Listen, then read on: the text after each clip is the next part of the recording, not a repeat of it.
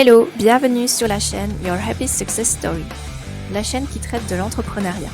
Comment être plus efficace, avoir une vision globale et alignée, ne plus repousser ses priorités perso, faire face à la pression de la clientèle et bien plus encore. N'oublie pas de t'abonner si tu ne veux rien rater.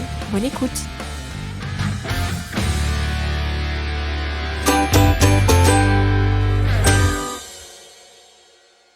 Hello, aujourd'hui j'aimerais bien attirer ton attention sur le fait qu'on peut gagner énormément de temps juste en supprimant certaines notifications ou certaines habitudes ou juste en apprenant à dire non.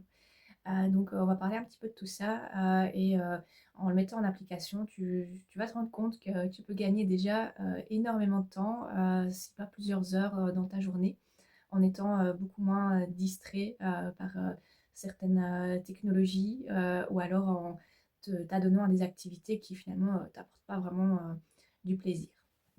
Donc en premier lieu, j'aimerais bien que tu regardes en quoi tu pourrais faire un tri dans tout ce qui est notification sur ton téléphone. Donc moi pour ma part, j'essaie de limiter les notifications vraiment au maximum. Donc, je vais déjà te parler de mes mails. Donc, les mails, avant, dès que j'avais un mail qui arrivait, j'avais une notification. Donc, j'étais toujours tentée d'aller voir ce qu'il y avait dans le mail. Je regardais si c'était un mail, une newsletter, soit je l'effaçais ou je me disais je vais la lire plus tard.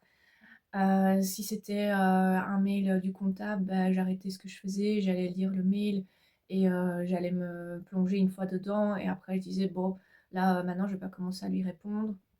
Je laisse ça pour plus tard. Donc, ça veut dire que c'est un mail qui va être laissé comme ça. Et quand je vais retourner dans mes mails, je vais de nouveau le voir et me dire, ah, en fait, oui, il y a ce mail-là. Donc, de nouveau, ça va me trotter dans la tête. Et à la limite, je vais le relire et de nouveau, si c'est pas le moment où j'ai décidé de répondre à ce mail, c'est de nouveau du temps que j'ai perdu, juste à le lire et à réfléchir dessus et à lancer, on va dire, quelque chose un peu en arrière-plan, de mon cerveau, pour pas oublier de répondre à ce mail.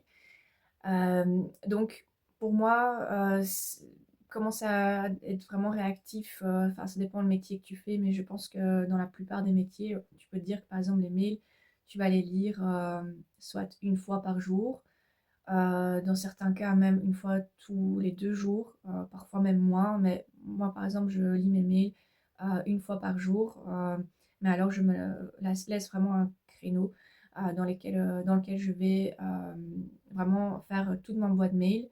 Ça genre j'y reviendrai dans un autre podcast ou vidéo, mais voilà, je vais vraiment, tout faire à fond, pour, après me dire: «Bah, voilà, ma boîte est triée, c'est bon, je ne dois plus y revenir, aujourd'hui et j'y reviendrai demain». Dans certains métiers, là, parfois c'est pas suffisant. Donc à ce moment-là, tu peux te dire: «OK, je ne me mets pas de notification, mais je vais aller voir, mes mails, par exemple toutes les 2 heures ou 3 fois par jour», par exemple. Comme ça, tu vas quand même les voir régulièrement. Je pense que c'est un délai, raisonnable et au moins, tu vas pas être interrompu tout le temps. Parce que ce qu'il faut savoir aussi avec toutes ces notifications, toutes ces interruptions, c'est que malheureusement la concentration, en général, chez les personnes a fortement diminué, avec les années, de technologie et cetera. Donc on n'arrive plus à se concentrer, plus de quelques minutes d'affilée et même si, on essaie de le faire, on est vite interrompu par des petits bips, de notre téléphone et on est toujours tenté, d'aller voir. Donc ça, j'en ai déjà parlé dans une autre vidéo. Si par exemple, tu es en train de bosser sur un projet ou tu as un bloc de temps où tu veux vraiment te concentrer sur, une activité, voilà, que tu as choisie, essaie de mettre ton téléphone en silencieux. Alors ici, je vais revenir donc plutôt vers le tri des notifications. Donc moi personnellement, j'ai aucune notification de mail qui vient s'afficher sur mon téléphone, tout simplement parce que j'ai pas envie d'être sollicitée non-stop, à être happée, on va dire, par cette boîte mail qu'il faut tout le temps vider et traiter. Et finalement, ça entretient un espèce de stress et, et alors, je dois interrompre les choses que je suis en train de faire pour aller voir. Enfin, voilà, moi ça me convient pas en tout cas. d'être interrompu comme ça tout le temps. Ensuite, bah, il faut dans le même genre, bah, il y a tout ce qui est Messenger, WhatsApp et on va dire Instagram, les messages, le LinkedIn et cetera. Pour moi, toutes ces notifications-là, devraient être éteintes à part, vraiment tes canaux de communication, principaux donc à choisir. Si par exemple tu as, beaucoup plus de personnes, à qui tu dois par exemple répondre vite, donc ton conjoint ou tes enfants, bah, limite se mettre d'accord, bah, on est plutôt sur Messenger, on est plutôt sur WhatsApp et alors tu gardes vraiment les notifications de ces applications-là, mais tu gardes pas, tout. Parce que finalement entre les groupes, qui sonnent tout le temps, donc moi par exemple les groupes, WhatsApp ou Messenger, je vais, très vite les mettre en sourdine, parce que des conversations qui durent, toute la journée, heu, voilà, ça va m'énerver d'avoir tout le temps ce truc qui bip et finalement, bah, passer la journée à juste lire, les messages et à répondre. Donc pour moi, voilà, il faut un petit peu choisir, voir ce qui est vraiment urgent, voir, ce que tu ne peux pas manquer et de faire un tri, au niveau des applications vraiment de communication. Donc c'est sûr qu'il faut quand même être joignable, mais il faut le faire, de manière intelligente. Donc pour moi, le plus facile, c'est de garder, Messenger parce que c'est par là que la plupart de mes amis, vont m'écrire. La notification, bah, des messages, donc SMS, classiques, parce que j'ai des clients aussi qui m'écrivent par là, en journée. Et alors je vais garder aussi, WhatsApp parce que, par exemple, chez moi, bah, j'ai pas énormément, d'amis qui sont dessus. C'est plutôt, voilà des, s la famille, enfin voilà, c'est, en tout cas pour ma part, j'ai beaucoup moins de sollicitations par là. Donc pour l'instant, je laisse, aussi, ce canal-là, on va dire ouvert. Mais bon, voilà, ça me concerne. Et au niveau des réseaux sociaux, beh, pour moi, Instagram, Facebook, LinkedIn, il y a aucune notification qui s'affiche. Je vais, si, voilà, j'attends une réponse ou alors que j'ai envie d'aller voir, par exemple les statistiques ou que sais-je, bah, je vais moi-même aller dans l'application et regarder.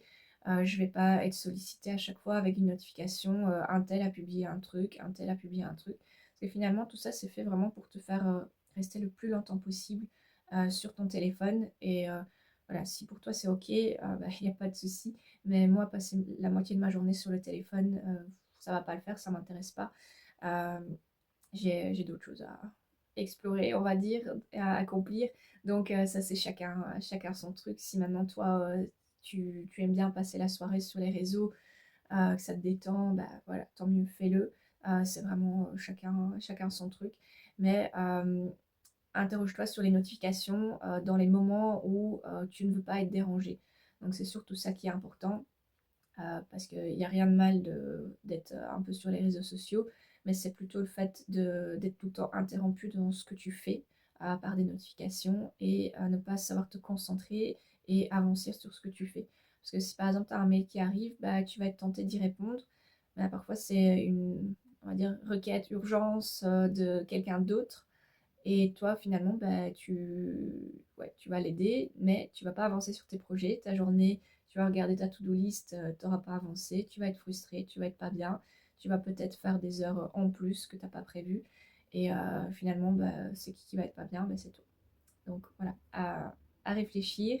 Donc en tout cas, il y a beaucoup de gens qui vivent sans notification. Il y a moi, il y a beaucoup de gens que je connais qui stoppent en partie ou complètement, les notifications, bah, inutiles. Donc franchement, fais le tri. Ça va te faire gagner énormément de temps, déjà rien que de voir les effacer sur l'écran, déjà rien que ça et donc ouais, tu verras, c'est assez, magique au niveau, gain de temps. Alors, autre chose, j'en ai déjà parlé, donc si, tes clients peuvent t'appeler sur ton téléphone, je te conseille donc d'avoir, 2 numéros de téléphone. Un si tu peux en éteindre un, en soirée, le week-end ou pendant tes vacances. Toujours bien sûr communiquer là-dessus avec les clients. Donc soit, mettre un répondeur et déjà, en première approche quand tu reçois un nouveau client qui te demande un petit peu comment ça se passe ou alors de toi-même tu vas expliquer, comment tu fonctionnes, bah, dire: «Voilà, moi, un téléphone il est allumé telle heure à telle heure. Le reste du temps, voilà les solutions. Bon, ça dépend bien sûr, le métier que tu fais, hein. Pour moi, il y a pas besoin d'être joignable, 24 heures sur 24 dans tous les métiers. Mais en tout cas, ouais, il faut pouvoir se couper, de ces sollicitations-là aussi. Après ça dépend de chacun. Par exemple, j'en ai parlé avec, mon papa qui est entrepreneur depuis, des années. Lui, il traite plutôt avec des firmes et donc de toute façon, en soirée ou le week-end, il va pas vraiment être sollicité. Donc lui, il m'a dit que le reste du temps, bah, il décrochait tout le temps, il éteignait jamais son téléphone. Et pendant les vacances, il décroche, également parce que, bah, il a déjà une équipe qui gère, énormément de choses. Donc les choses qui vont parvenir vers lui, c'est plutôt des choses qu'il devra un petit peu, on va dire déléguer ou prendre une décision dessus.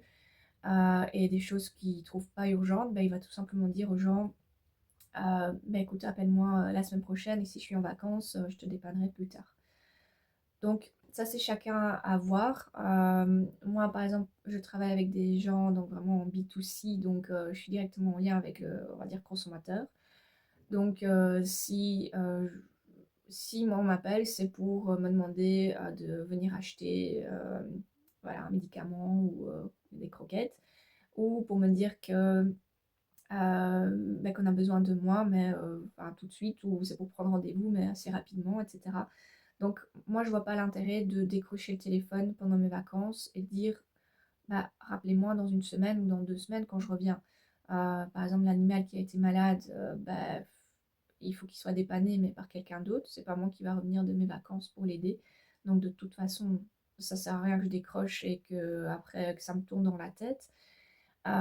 Et pour revendre les produits, beh, pareil, je ne sais pas l'aider non plus. Donc moi, dans mon métier, en tout cas, l'intérêt de décrocher le téléphone pendant mes vacances, il est de zéro. À part c'est pour me stresser et faire que je replonge, on va dire, dans le quotidien du boulot. Donc ça, c'est vraiment à toi de sentir comment tu fais. Mais en tout cas, il y a des métiers où il faut absolument avoir 2 numéros de téléphone, sinon, bah, c'est du non-stop et il y a malheureusement plus de gens qui en abusent que des gens qui en ont vraiment besoin, pour, te contacter. Alors, il y a, un autre point, c'est, le fait de savoir dire non. Donc, savoir dire non à des sollicitations qui ne t'intéressent pas.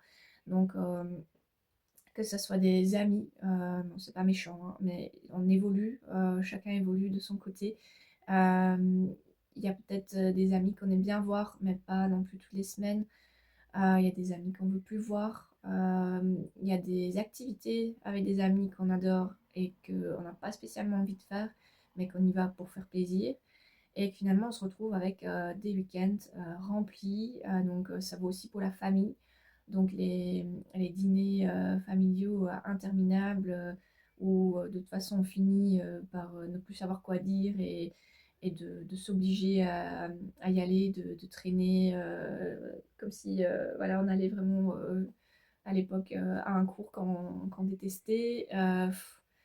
Je vois vraiment pas l'intérêt. Je préfère de voir la famille une fois par mois, une fois tous les 2 mois, et être vraiment contente d'être là et de participer et de me sentir bien, que de les voir tous les dimanches, de pas profiter de mon temps libre et de, finalement de tirer la tronche et de gâcher le moment de tout le monde. Donc pareil, à toi de voir, ça c'est vraiment chacun doit sentir ça comme un, voilà, suivant ses envies, etc. Euh, mais moi, par exemple, je trouve ça ok de pas répondre à chaque sollicitation de tout le monde. C'est pas pour ça que les amis vont plus t'aimer. Ok, il faut peut-être si tu refuses 10 fois, bah, on va plus t'inviter. Mais si tu refuses 10 fois, bah, c'est peut-être qu'il y a une raison. Ou alors, si tu es en train de travailler sur un gros projet, et bah, alors tu communiques, tu dis à tes amis, écoutez, là, pendant 2 mois, je reste chez moi, voilà, on communique par message ou on s'appelle, mais je ne sortirai pas, donc ça sert à rien de m'appeler, etc. Pareil pour la famille. Donc au début c'est dur, surtout si tu as toujours dit oui à tout, mais au bout d'un moment ça devient naturel. Il faut toujours se poser la question, qu'est-ce que je sens à l'intérieur? Est-ce que j'ai envie d'y aller? Est-ce que j'ai pas envie d'y aller? Et tu décides par rapport à ça. Il faut toujours trouver, je trouve, un juste milieu entre le fait de quand même entretenir les liens si c'est avec ta famille, mais que les relations ne sont pas toujours idéales. Donc ça, c'est à toi vraiment de trouver un curseur pour quand même garder le contact et te sentir bien. Ben voilà, ça c'est vraiment chacun doit un petit peu décider du rythme. Donc voilà, deuxième point, c'est vraiment de savoir qu'est-ce qui te convient comme activité et et quelle personne tu as envie de voir. Parce que finalement, voir des personnes que tu veux pas voir, bah, c'est comme une punition, tu as perdu ton temps, t'as peut-être pas rendu le moment agréable pour les autres non plus. Et tu te relaxes pas, tu passes pas du bon temps et du coup tu reprends par exemple ta semaine en étant frustré et c'est pas le but, ça sert à rien. Donc à réfléchir également. Donc je trouve qu'on n'est pas toujours obligé non plus de faire des activités non-stop. Maintenant, enfin, je trouve ces dernières années, on va dire même ces 10, 15, même peut-être plus dernières années, on est toujours dans le fait, ouais, il faut profiter de la vie, il faut utiliser tout ton temps pour profiter, etc. Et du coup, ça nous a poussé dans une espèce de surexploitation de notre énergie. Et on essaie de combler vraiment tous les trous dans la journée. Donc, rester une soirée chez soi ou une après-midi de week-end chez soi, bah, à la limite, c'est devenu ringard. On est nul parce qu'on ne sort pas.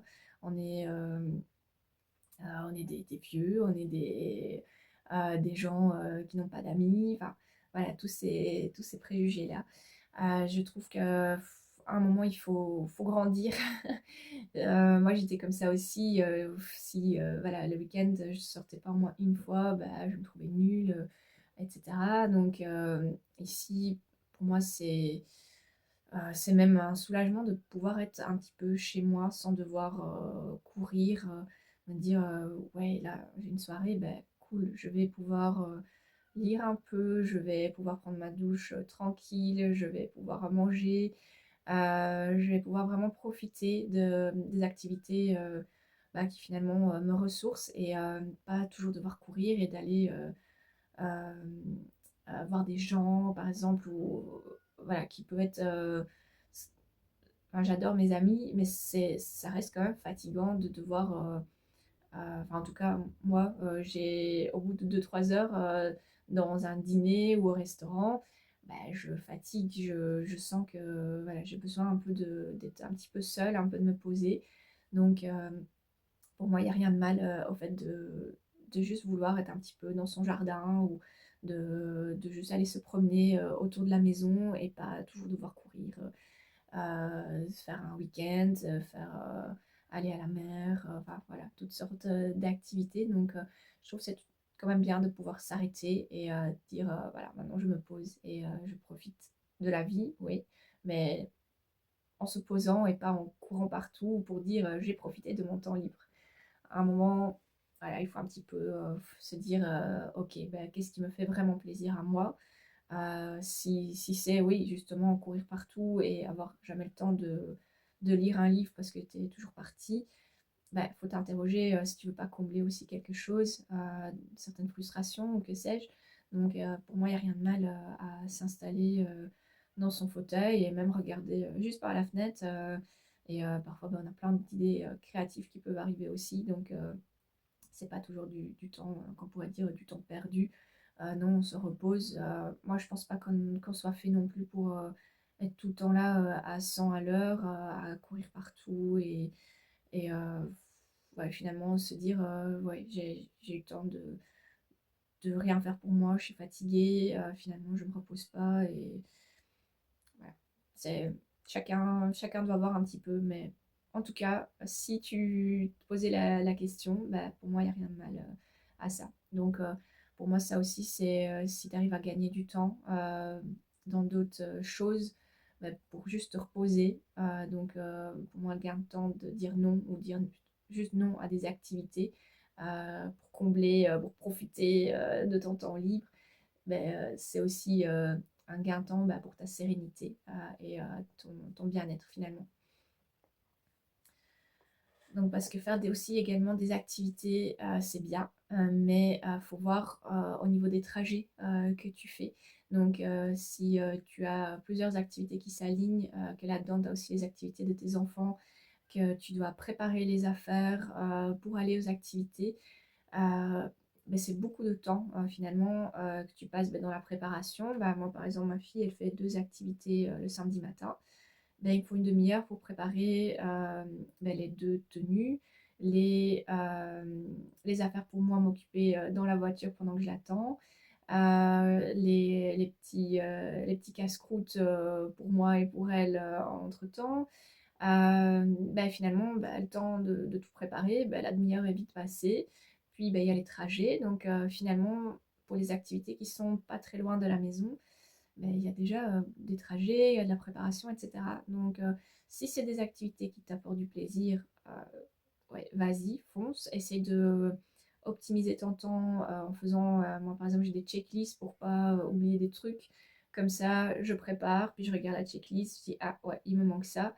Mais ça doit pas me tourner dans la tête parce que je trouve que c'est hyper fatigant de devoir réfléchir à tout et finalement stressant, on ferme la porte et on se dit j'ai pas oublié quelque chose, c'est de te remémorer ça et ben, finalement avoir juste une checklist en sortant de chez toi, ben, ouais, c'est cool et, euh, et c'est beaucoup, enfin moi je suis beaucoup plus sereine en tout cas en partant, je me dis j'ai rien oublié, j'ai pas dû on va dire mettre mon cerveau vraiment en surchauffe pour être sûre de tout avoir.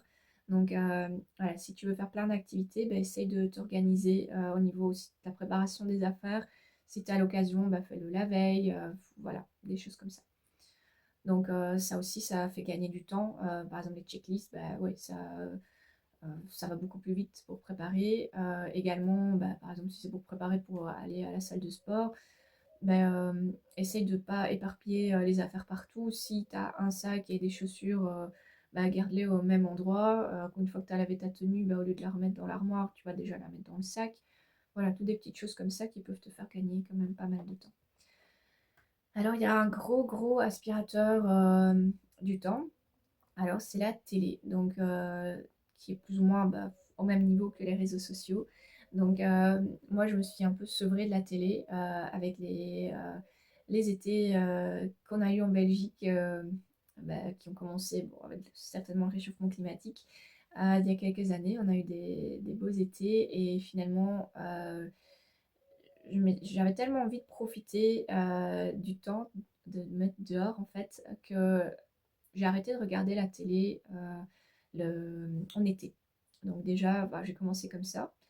J'ai fait ça 2 étés. Bon après, ouais, quand il fait froid, qu'il pleut, ben, on a envie de replonger dans les séries. Donc bon, déjà, il y a télé et télé. Je parle plutôt des séries et des films parce que regarder bêtement la télé, voilà, je ne vais rien dire là-dessus, mais voilà, c'est pas... La plupart des programmes, c'est un peu abrutissant, un peu beaucoup. Donc voilà, on choisit ses films, on choisit ses séries. Et déjà comme ça, finalement, ben moi, par exemple, voilà, j'ai passé 2 étés à ne plus regarder la télé. Et le troisième été, ben, j'ai tellement pris goût à mes activités du soir. Donc, je fais du puzzle, je fais un peu du yoga, euh, enfin, je lis énormément. Donc, en fait, j'ai pris tellement goût à ces activités-là le soir. Et comme je suis maman, bah, j'ai très peu de temps libre, vraiment libre, parce que bah, je donne énormément de temps à ma fille et avec grand plaisir. Mais parfois, bah, le fait de faire ça, bah, j'ai très peu de temps pour moi. On va dire par ma faute, parce que oui, je pourrais en avoir plus, mais voilà, pour moi, c'est pas le but, parce que dans quelques années, elle s'occupera sans moi, elle me dira maman, va-t'en, donc j'en profite. Et du coup, en général, le soir, j'ai une petite heure pour moi, une heure et demie, donc pendant laquelle bah, j'aime bien, plutôt que de me taper devant une série, devant un film, bah, de lire, de faire des petits trucs que j'aime bien faire.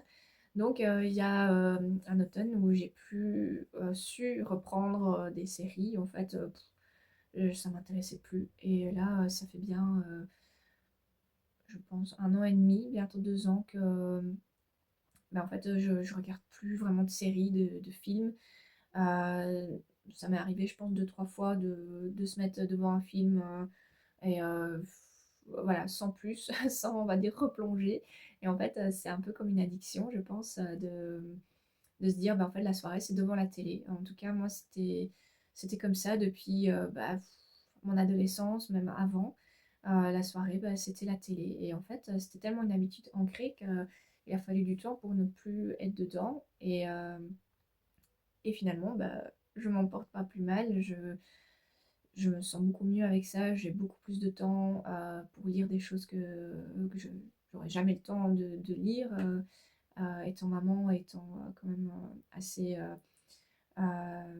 chargée au niveau de mon emploi du temps. Euh, donc, euh, donc oui, pour moi j'ai arrêté la télé, pas en me disant du jour au lendemain j'arrête, ça s'est fait un peu naturellement, mais tout ça pour dire que je t'invite à réfléchir, est-ce que le fait de regarder des séries, des films, est-ce que ça t'apporte tellement? Est-ce qu'il faut faire ça tous les jours? Est-ce que tu ne peux pas réduire? Si tu veux avancer sur des projets, que tu as très peu de temps, ben ça c'est la première chose à éliminer. Donc tu peux, au lieu de regarder 2 heures, bah, tu peux regarder juste un épisode de 20 minutes par exemple.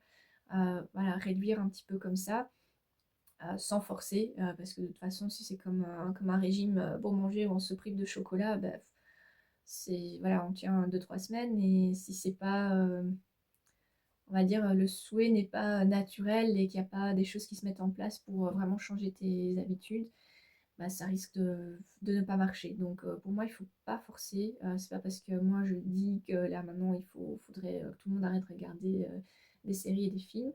Euh, mais je crois que on peut vraiment réduire notre consommation de ce genre de contenu, euh, éventuellement réduire ou arrêter et le remplacer par des choses qui bah, nourrissent peut-être un petit peu plus euh, bah, tes envies d'avancer dans la vie, tout simplement. Donc, moi, en tout cas, moi, je l'ai vu comme ça.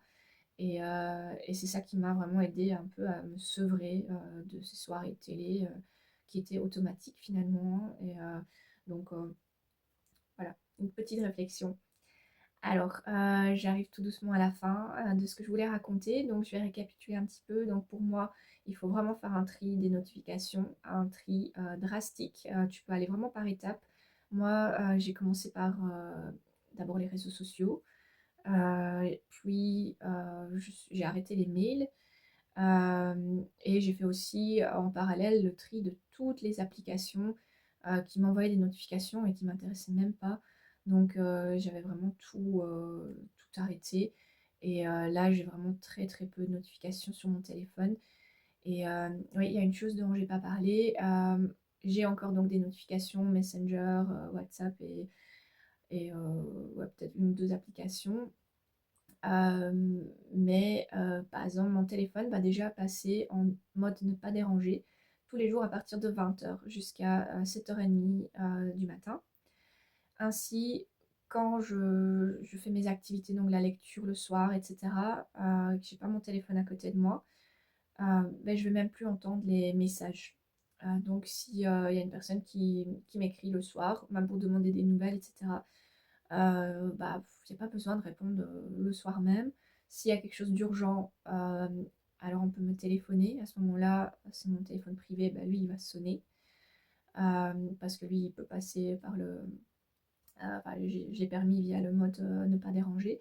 Mais tout le reste ne sonnera pas. Donc comme ça, je vais même pas être tentée de reprendre mon téléphone si je suis en train de lire, par exemple, ou en train de faire mon puzzle. Je ne veux pas avoir des bip bip non-stop si voilà, il y a une conversation, des choses comme ça que je suivais.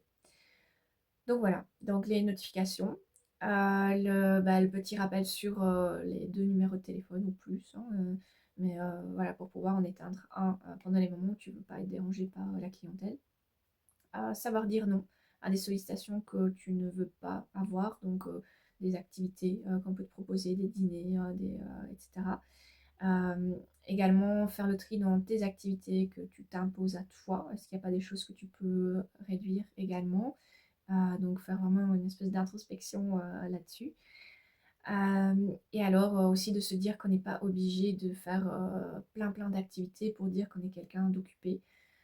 On peut, tout simplement profiter de la vie, mais en étant, paisible, d'être tranquille et on n'est pas obligé d'être occupé tout le temps pour être cool, pour être, comme tout le monde et pour dire qu'on a une vie bien remplie. Parce qu'une vie bien remplie, ça peut être tout simplement, d'avoir du temps pour jouer avec ses enfants, avec son chien, d'aller se balader, de pouvoir, lire les livres qu'on a envie de lire, de faire, je ne sais pas, du jardinage ou des choses comme ça. Et alors, j'avais parlé aussi donc, de la télé et des réseaux sociaux. Donc, pour moi, c'est un peu mettre, sur le même pied, consomme ce qui t'apporte quelque chose, ce qui te nourrit, mais ne te tape pas devant la télé ou sur ton téléphone dans le canapé, juste pour passer le temps. Il y a tellement moyen de s'occuper, on va dire, plus intelligemment pour évoluer, pour apprendre des choses. Voilà, donc j'espère que cet épisode t'a éclairé sur certaines choses, ça t'a donné des idées. Donc n'hésite pas à m'écrire par mail, en commentaire, mettre un j'aime, ça me fait toujours plaisir de voir que mon travail est apprécié. Alors je te souhaite une très bonne journée et je te dis à bientôt. Merci. Si tu veux aller plus loin, contacte-moi par mail afin de discuter de comment je peux t'aider dans ton organisation ou la gestion de la clientèle ou d'autres choses. Je t'aide également à établir un schéma de la semaine idéale pour respecter tes priorités pro et perso. Actuellement, je propose un accompagnement en one-to-one dans lequel tu choisis le nombre de séances et les thèmes que tu veux aborder. Au plaisir de te lire, je te dis à bientôt dans un prochain épisode. En attendant, tu peux aussi suivre mes différents réseaux. Regarde dans la description.